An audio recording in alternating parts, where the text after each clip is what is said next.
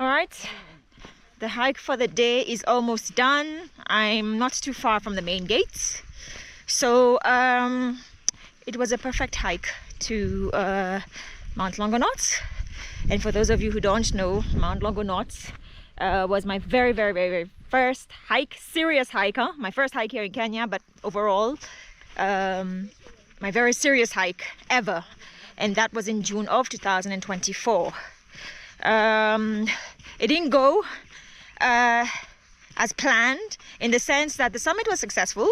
I did all the entire round of the crater rim, but the thing is that, you know, being new to hiking, or maybe I thought it was just a day out, I don't know. I mean, I came here with a friend, but let's stick to the word hiking. I didn't know anything about altitude sickness. I didn't know anything about gears, you know, anything that has to do much with the hiking as an outdoor activity, because I was a non-hiker, okay? But Mount Longonot changed that. I mean, for starters, it introduced me to high altitude sickness. It introduced me to the medications, because I had to try several medications to treat altitude sickness.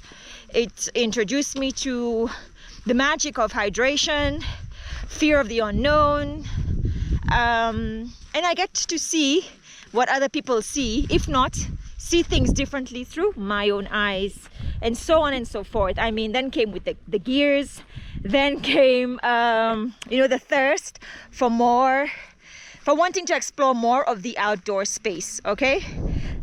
So what happened was that in June of 2024, post-hike, I was seriously sick from high altitude sickness, severe dehydration. It took me, I was down for 5 days solid. I wasn't eating, I wasn't drinking, I was in this constant REM sleep.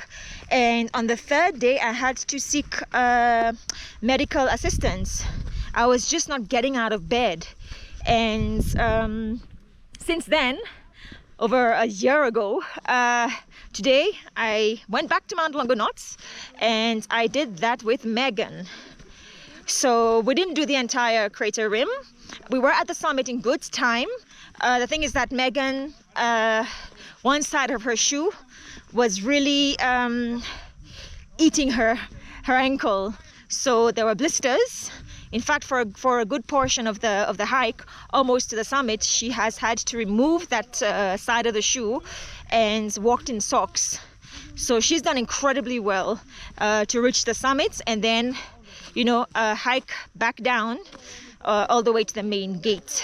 So but yeah, so this is how, anyway, Mount Longonot introduced me to you know, hiking, mountaineering, shaped me basically, because despite that, I still went outside, and I still wanted to explore more, I still wanted to understand more, and I still wanted to know more.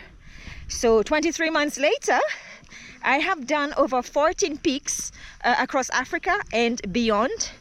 And yeah, we'll see how far I can go, and what's in store for the remainder of 2026. So I just wanted to share that with you guys. I don't know how inspiring that is, but I've come far. I've really come far, especially when it comes to the gears. You have no idea how many of these things I've owned, I've given away.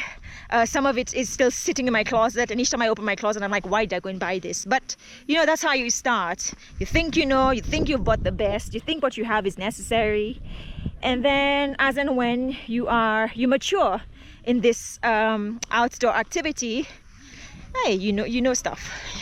You become a pro, you know these things.